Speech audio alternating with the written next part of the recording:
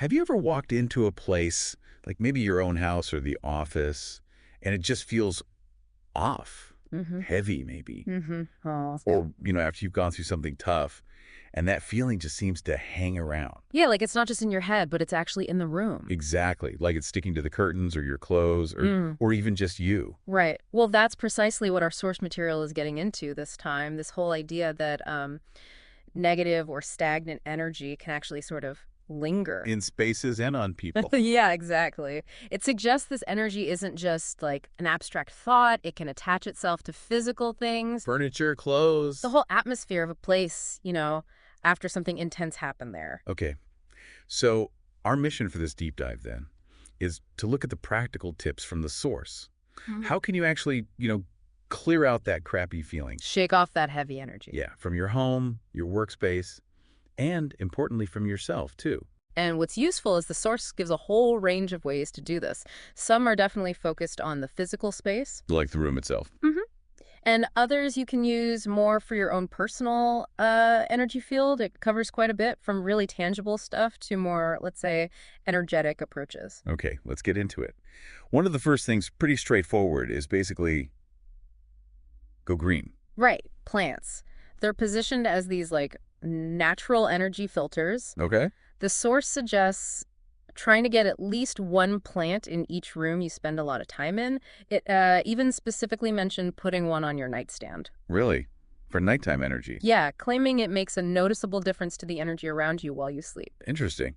And sticking with nature, fresh air and sunlight, Yep. that sounds pretty fundamental. Totally. Presented as a basic but powerful way to cleanse a space. Just opening the windows wide, letting the sun pour in.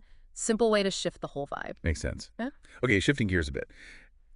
The source talks about actually claiming this space. What does Right, that yeah. mean? Well, if a room feels like it's holding on to energy from, say, previous people who live there, or maybe just past events, Yeah. the idea is to literally walk around and consciously, like, state your intention for that space now. So you'd say something like, Like, I take back this space, or I choose to make this a positive place for me now. Something clear like that. and the source connects this to the law of attraction. Sort of, yeah. The idea is that by actively installing that positive intention, any lingering negative stuff won't resonate anymore. It won't be a match, so it dissipates. You're basically asserting your energy over the environment. Exactly. It's that mix of physical action, the walking, and the very clear mental, verbal declaration. Okay. Now, here's one that maybe feels a bit more out there for some people. Mm-hmm. Salt.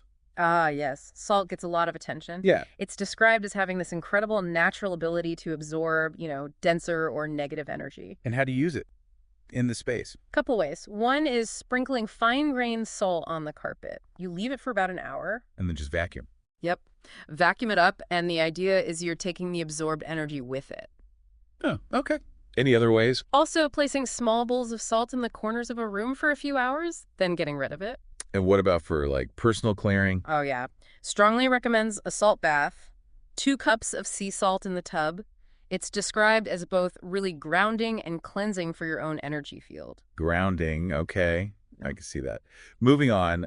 Burning sage. That's something people might have heard of. Right, white sage. Smudge sticks, that's definitely in there. And a technique. Moving through the space, swirling the smoke counterclockwise, and Oh. while you do it, you state an intention out loud. Like what? Something like, I'm clearing all stagnant energy and allowing only the highest vibration energy to remain, which the source basically defines as positive, good energy. Got it. And for yourself.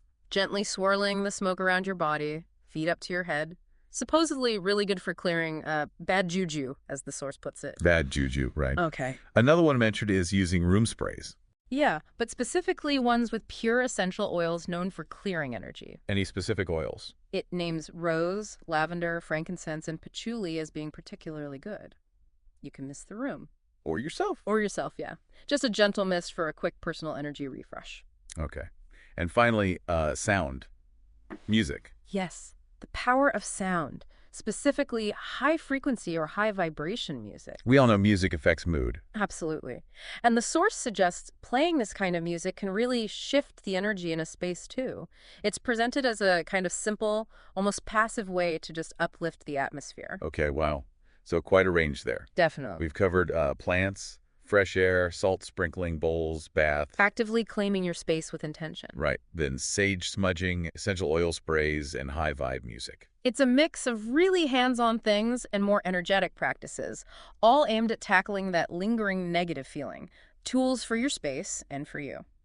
So, thinking about this, if the basic idea is that negative energy can linger, that it can stick to things, affect how a place feels, what does that maybe suggest about the positive energy we bring? Right. If you can clear out the negative using these kinds of methods, what might happen if you consciously focused on cultivating and bringing in the positive energy, not just clearing, but actively building? Interesting thought, something to maybe explore.